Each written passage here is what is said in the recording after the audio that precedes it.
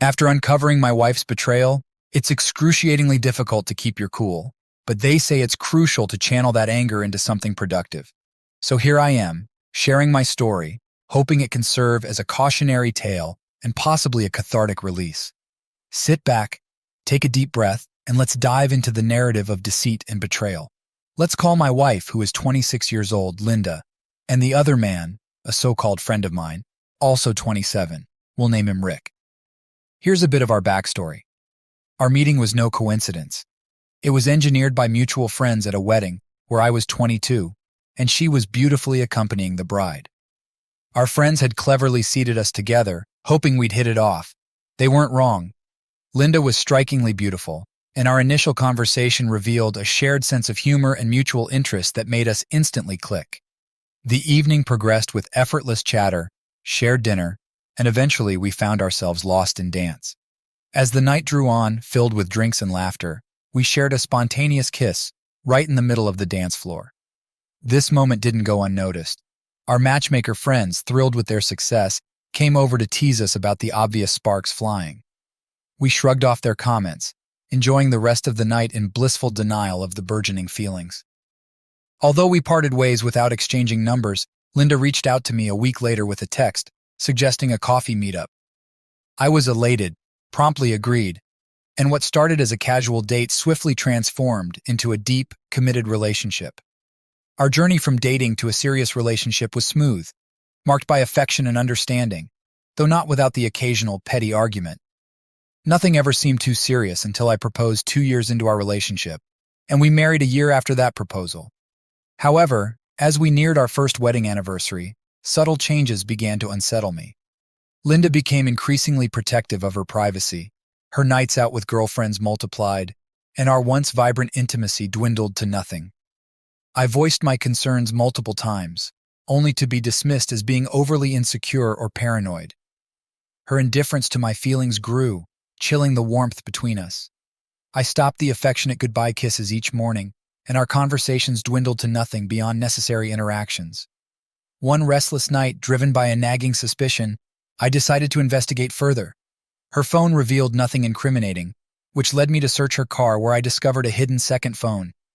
The betrayal hit me like a wave. I meticulously went through every message, documenting the evidence of her infidelity. I spent the rest of that night researching divorce lawyers online, finding one with the expertise I needed. My discovery continued to haunt me the next day, and in a moment of impulse to confront the other man, I dialed the number, only to see Rick's name flash as the contact. The realization that my wife had cheated on me with one of my closest friends unleashed a storm of rage within me. I was yelling and cursing alone in my office when Linda appeared at the door. Overwhelmed by anger, all I managed was to tell her to get the hell out. She shut the door and retreated to our bedroom. I've never been one to raise my voice or curse at Linda, but that day, I was a silent storm, seething and staring blankly at the wall in my office. Eventually, I reached out to one of my buddies, Tom, from the wedding. His voice had a hint of concern as soon as I mentioned needing a drink. He could tell something was off. Without spilling the beans over the phone, I grabbed the damning printouts and headed to the bar. I got there first, ordered 4 shots of Jack and a beer, and was nursing the last shot when Tom showed up. He didn't waste any time asking what was up. I laid it out plain and simple. Linda was cheating on me. The shock hit him hard, and it only deepened when I revealed it was with Rick. Tom was the guy who'd introduced us, and all he could manage was a string of apologies. Rick and I weren't close, more like acquaintances who got along at gatherings, nothing more. I made Tom promise to keep this under wraps, especially from his wife. If she asked, he was to say I was stressed about work. He agreed, and we spent the night drowning our sorrows, talking through everything until I called an Uber around 3 a.m. I hadn't looked at my phone all night. When I did, it was bombarded with missed calls and texts from Linda, all asking where I was and if I was okay. I got home to find her asleep on the couch. I went straight to our bedroom, too drained to deal with any of it. The next morning, she was somehow back in bed next to me. I dressed and left without a word, picked up my car, and threw myself into work to avoid thinking about anything else. I returned home late, around 10 p.m., to find Linda waiting up, saying she had made dinner. I declined and headed straight to bed, but she followed, pestering me about what was wrong. My patience wore thin, and I finally snapped, telling her I just wanted to sleep and to leave me alone. The next morning, I got an email from the lawyer I had contacted. We set up a meeting for later that day. As I was leaving the house, Linda tried again, this time with breakfast and an attempt at conversation. She remarked on how distant I'd become, pressing for answers. I brushed her off, saying work was just hectic, and reassured her it would all be over soon. After a quick bite, I headed out, telling my assistant I was meeting a client for lunch, just in case Linda called the office. The meeting with the lawyer went better than expected. I handed over all the evidence I had collected. He commended me for being thorough, especially since we lived in an at-fault state. This meant Linda couldn't claim much of my assets. It hadn't even crossed my mind. All I could focus on was ending the marriage swiftly. He advised retaining the evidence, but I requested copies instead, since I hadn't confronted Linda yet and didn't want to hear any of her excuses. The lawyer's assistant quickly made the copies for me. Curious, I asked when Linda would be served with the divorce papers. He estimated about 2 weeks. Thanking him, I left the office, resolved to confront Linda as soon as I got home.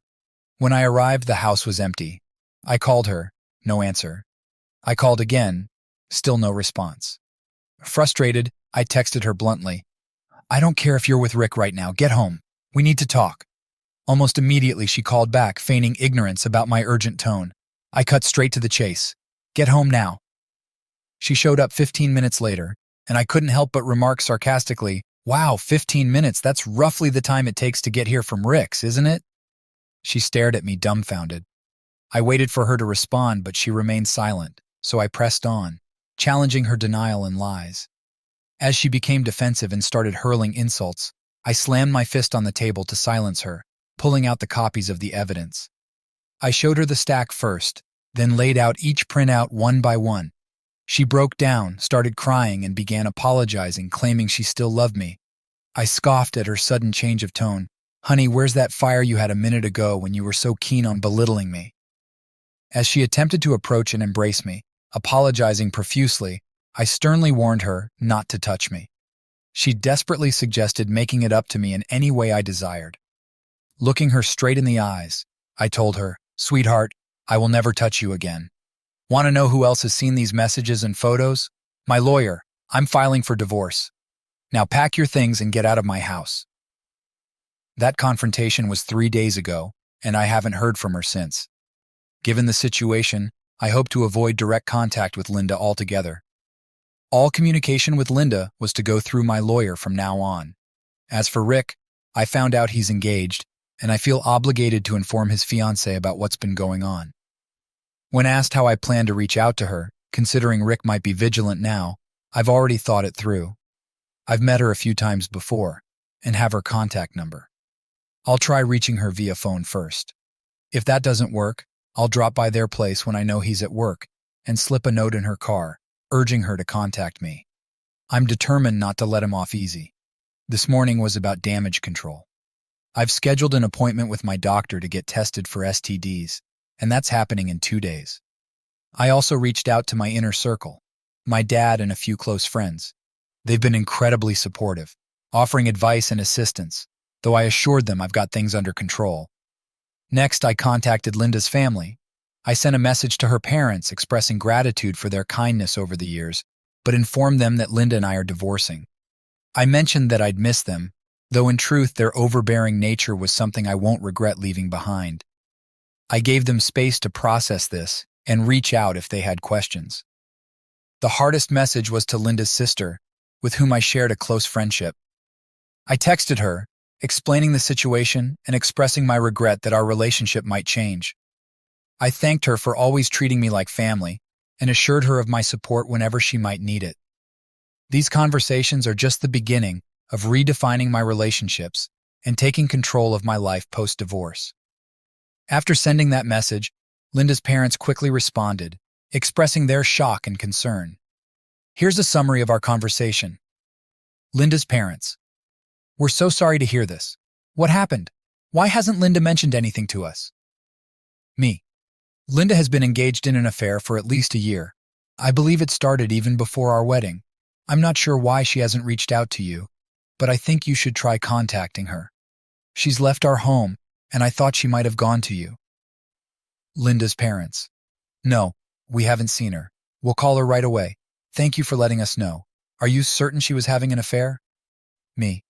Absolutely. I found their text messages. Linda's parents. We're so sorry you're going through this. We'll try to get in touch with her and talk. After this exchange, I reached out to Jay's fiancé, which I thought might be more complicated. Perhaps Linda and Jay had devised some elaborate cover-up, but it seemed either she wasn't informed or they underestimated the situation. At 2 p.m., I texted her to ask if we could meet. She quickly agreed, and we decided to meet at a quaint, somewhat quirky coffee shop near her work at 2:30 p.m. I arrived early, ordered what turned out to be a less-than-great coffee, and waited. She arrived shortly after, got her coffee, and joined me. There was no easy way to break the news, so I came right out with it. Jay has been cheating on you with my wife for over a year. Her shock was palpable. I explained that I had only discovered this a few days ago amidst initiating my divorce and dealing with my own turmoil. She inquired about how I found out, so I summarized the ordeal, mentioning the detailed evidence I'd compiled in a binder. Curious, she asked to see the evidence. I handed her the binder, and she quietly leafed through the messages and pictures, tears starting to form. I reassured her that she could take the binder, whether to confront Jay directly or just to see if he would lie about it. Gratefully, she took it, thanked me, and left, looking understandably upset. The weight of these revelations has been crushing. Despite advice to stay sober and keep a level head, I need this week to myself, to sit on my back porch, drink, smoke cigars, and lose myself in loud music. After this, I'll strive to regain my usual routine. On a practical note, I've packed up most of Linda's belongings, her clothes, jewelry, our wedding album, and all photos including her. Everything's boxed up, ready for when she decides to retrieve them. I've made sure not to damage anything, apart from a few picture frames. With my doctor's appointment scheduled and my lawyer actively working on the divorce, I've done nearly everything that needs to be done. Linda's items occupy 90% of the boxes, and if she continues to keep her distance, this might turn out to be a remarkably smooth divorce process. Update. I've admittedly been wallowing in self-pity, indulging in a bit too much drinking. This is the first moment I feel somewhat sober since the whole ordeal began. And honestly, it's hard to articulate how I'm feeling. Numb might be the closest description. I mentioned that I had informed everyone important except Linda's sister, who I was quite close to, didn't respond. That very night, after sharing the update, I continued drinking and eventually passed out on the back patio. I awoke to the aroma of breakfast cooking, and my initial thought was that Linda had returned, thinking that making breakfast could somehow compensate for her betrayal. Bracing myself for a confrontation, I jumped up, ready to unleash my anger. But to my surprise, it was Linda's sister, Wendy. Wendy didn't say much at first. She simply took my hand, led me to the table, and placed a plate in front of me. As I ate, she expressed her apologies. She shared that when Linda appeared at her house, she merely mentioned we were having temporary problems that would resolve soon. However, when I texted her about the divorce, Wendy confronted Linda, asking why the divorce was happening if things were supposedly fine. Linda broke down and confessed everything, although she tried to downplay the affair as a one-time mistake. I told Wendy that reconciliation with Linda was out of the question and advised her to inform Linda to seek legal representation if she hadn't already. Wendy clarified she wasn't here to advocate for her sister. She was here for me, valuing our friendship independently of her sister's actions. This reassurance lifted a huge weight off my shoulders. I had feared this mess would ruin our friendship. After expressing her support, Wendy and I shared a heartfelt hug. Wendy stayed with me for a couple of days, using the guest bedroom. As I prepared to leave for my cabin, a property I owned before my marriage and thus untouchable by Linda, I was gathering my hunting and fishing gear when Wendy asked if she could join me. Though I appreciated her company, I suggested she might want to check on her sister instead. She agreed, gave me a supportive hug, and left. I'm profoundly grateful for Wendy's support during this tumultuous time. And before anyone suggests otherwise, let me clarify that her intentions are purely platonic. She's also significantly younger than me, which makes anything beyond friendship inappropriate. It's indeed a strong friendship, one that has been a great support recently. I also want to mention that I went to the doctor and got tested. I'm expecting the results this Monday. Additionally, I've reached out to Jay's fiancée a few times just to see how she's handling everything. She told me she's coping but feels uncertain about what to do next. I offered to meet up anytime next week if she needs to vent or just talk. I'm more than happy to listen. For anyone else going through similar challenges, my advice is to stay focused on what you really want, whether that's pursuing a divorce or reconciliation. Set your goals step by step, lawyer, doctor, and notifying close ones, and keep personal matters off the internet where possible. Also, make sure to set aside time to process your feelings. Update. Hello everyone. It's been a while, but I thought I'd share some new developments. I shared how Wendy came over and stayed for a few days before I headed to my cabin for some hunting. I have good news from the trip. I bagged an 8-pointer on my first day out, which I'm really pleased about. It gave me the rest of the weekend to enjoy some fishing. I caught 2 decent-sized fish.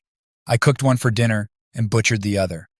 I spent the rest of my days at the cabin cleaning my deer and soaking in the tranquility of nature. Aside from a drink or two each day, I kept my promise to stay mostly sober, moving past the initial week of heavy drinking. Recently, I received a call from the doctor confirming that I'm all clear health-wise. While it wasn't a surprise, given that Linda and I hadn't been close in months, it's always a relief to have confirmation. I tried reaching out to Jay's fiancée but didn't hear back immediately. She eventually replied, letting me know she was staying with her family. She didn't share many details, but from her move, it's reasonable to assume things aren't going well. At least she's in a safe place with support. I reassured her that I was here to help if needed. She then asked to meet for coffee the next day, which I readily agreed to. We met again at the same quirky coffee shop and spent a couple of hours talking. She was curious about the steps I was taking regarding my divorce and whether there was any chance of reconciliation with Linda. I made it clear that for me, infidelity is a deal breaker. The sheer disregard and disrespect shown by cheating, especially over such a prolonged period, was unforgivable. She shared her confusion and heartbreak, unsure of her next steps, whether to move on or forgive Jay. She mentioned her family was encouraging her to forgive him and proceed with the wedding. I decided to be straightforward with her. Just because her family desired a particular path didn't mean it was right for her. Jay had demonstrated a clear disregard for the commitment of marriage by engaging in an affair with my wife. If that didn't clarify his unsuitability as a spouse, I wasn't sure what would. I encouraged her to prioritize her feelings and decisions over the expectations of others, emphasizing that the choice was hers alone to make. I advised Jay's fiancée to make her own decisions based on what would best suit her life. I shared how, upon discovering the affair, I had tried to find a way to forgive Linda, but ultimately, my heart and brain couldn't reconcile with the betrayal. I told her that while I had spoken to only one person about it, my decision was already made, and no one could change my mind. I suggested that perhaps when she went to stay with her family, she might have had a clear idea of what to do, but letting too many people weigh in could cloud her judgment. I concluded by advising her to trust her instincts. Often, our brains and hearts can deceive us, but our gut usually points us in the right direction. She thanked me for the advice, and we parted ways. The next day, I received a message from my lawyer informing me that Linda had been successfully served with divorce papers at work. I expressed my gratitude for his efficiency. Shortly after, Wendy called to tell me Linda had been in her room all day crying.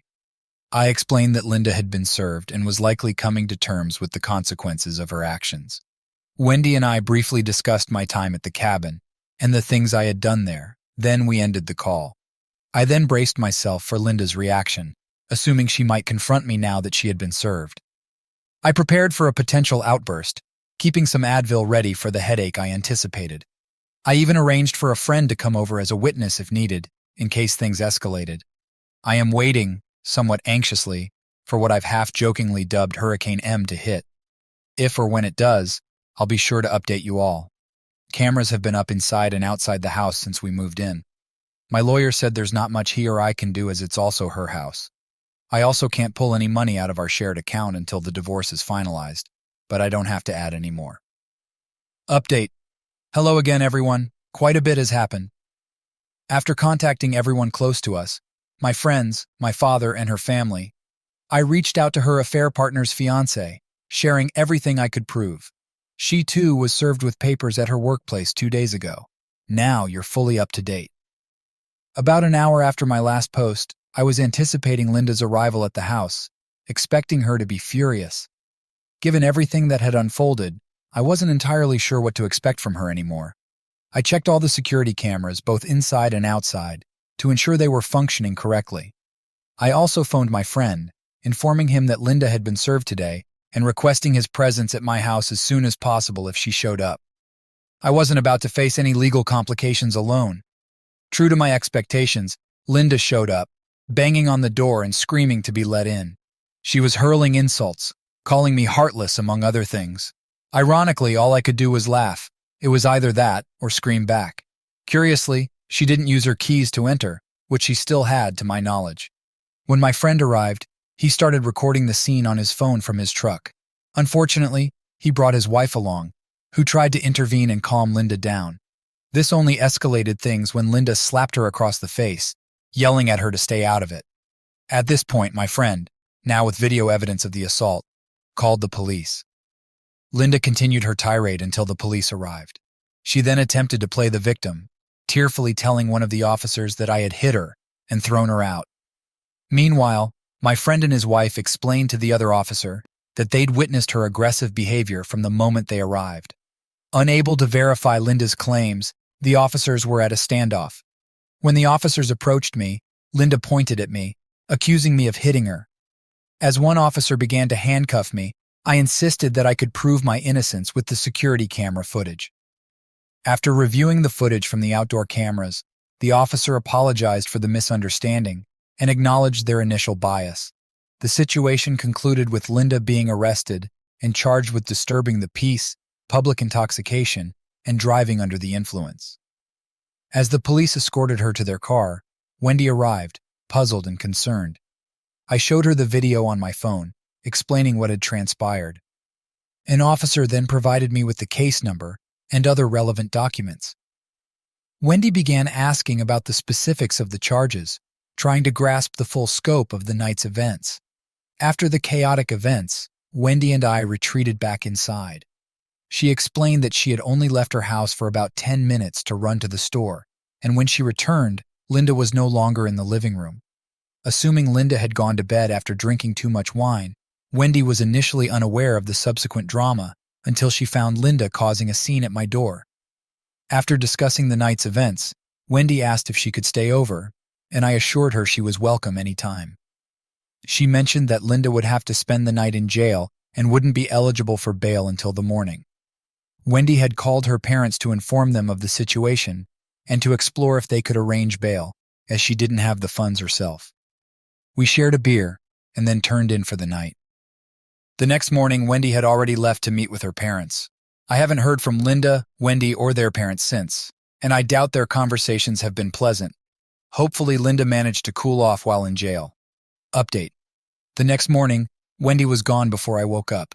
Since then, I haven't heard from Linda directly, but her lawyer has contacted mine, indicating they are ready to proceed with the divorce. I also reached out to Jay's fiancée to see if there were any developments on her end. We exchanged a few texts, but nothing substantial has unfolded there yet. Jay's fiancée told me she has kicked him out of her house. Her father and brother helped pack up all his belongings and drop them off at his place. She mentioned that her dad and brother were tempted to confront him physically, but she persuaded them against it, expressing her desire to move past the ordeal and start anew. She thanked me for my support and mentioned that her close friends were there for her. On Friday, right after work, I hurried home with plans to head back to my cabin for the weekend. When I arrived, Wendy was waiting in my driveway. She wanted to collect some of Linda's belongings, having a list of items Linda expected to be ready. I had already packed almost everything, with items boxed or placed in the garage. I made it clear I wouldn't transport or handle the items directly to avoid any claims of damage from Linda. I offered to hire a moving company to manage everything as I was heading to my cabin and didn't want to deal with any more of Linda's issues. Wendy appreciated the gesture and wished me a good trip. She took a box of Linda's clothes and placed it in her car, then asked if she could join me at the cabin. I agreed, suggesting she drop off the box at her place and pack a bag. By the time I had finished my errands and packed the truck, Wendy was ready. We locked up my house and set off for the cabin. The weekend was rejuvenating. The cabin's secluded location and beautiful views offered a perfect escape from everything. On Monday, I called a moving company, and by Tuesday 3 movers arrived with a large truck. I meticulously recorded each item as it was boxed and loaded, taking photos of all the furniture. I thanked the movers for their patience and tipped each of them an extra $50. I sent all the documentation to my lawyer to ensure everything was accounted for. Now, the house feels empty but cleaner without Linda's things. Initially, my lawyer advised keeping any shared possessions, so I stored most of the furniture in a storage unit. I've been sleeping in the guest room since Linda left and have started buying new furniture, storing the majority of it in the now available garage space. I've decided not to keep the house, even if I win it in the divorce. It holds too many painful memories. Update. I've been busy coaching high school baseball, handling the divorce, and dealing with everything surrounding my soon-to-be ex, which hasn't left much free time. A lot has happened, so this update might be lengthy. I meticulously documented the moving process to ensure Linda couldn't claim I had damaged any of her possessions, and sent all documentation to my lawyer. A few days after the movers took Linda's belongings, my lawyer received a claim from hers, accusing me of damaging items and demanding $1,500 in compensation, or she would take me to court. My lawyer responded by sending all the videos and pictures, asking her lawyer to specify the alleged damages. He assured me that this would demonstrate to any judge how unreasonable she was being, and that, although it might be a headache now, it would serve as perfect evidence in court. He commented on how unprepared her lawyer seemed for the level of detail in my documentation. Ever since discovering Linda's affair, I had immersed myself in reading similar experiences online, determined not to become another victim of post-marital vengeance. I prepared meticulously for any possible accusation she could throw my way, refusing to leave any stone unturned. Linda occasionally called, but I never answered. If she left a voicemail, I wouldn't listen but directly forwarded it to my lawyer. He often joked that I was a lawyer's dream client, due to my thoroughness and compliance with his advice, a comment that always reassured and somewhat cheered me up amid the turmoil. About 3 weeks ago, my lawyer indicated that we had compiled enough evidence to potentially settle the matter out of court, or at least show our willingness to resolve matters amicably, which would reflect well on us if we did end up in court. We set a meeting in a neutral lawyer's office. Before the meeting, he advised me to remain calm and unreactive to anything Linda might say, reminding me that everything discussed could be recorded and might be reviewed by a judge later. We arrived early in the morning for this crucial meeting. To my surprise, Linda was already there with her lawyer when we arrived. As the lawyers exchanged greetings, Linda and I sat in silence, bracing for what was about to unfold. Her lawyer initiated the discussion by inquiring about our settlement offer. My lawyer, confidently aware of the evidence we held, responded that the only things Linda would receive were half the selling price of the home and half of the savings account. Essentially, she would leave the marriage with what she had brought into it. He then sternly warned that if the case went to court, he would expose every detail of her infidelity and inappropriate behavior, including making her read out every incriminating message and describe every photo in court, on top of showcasing the video of her recent charges. Linda, visibly shaken by these remarks, looked at me with tearful eyes, pleading if there was anything she could do to rectify the situation. I told her plainly that the evidence suggested she had been unfaithful since before our wedding, and there was nothing she could do to make amends.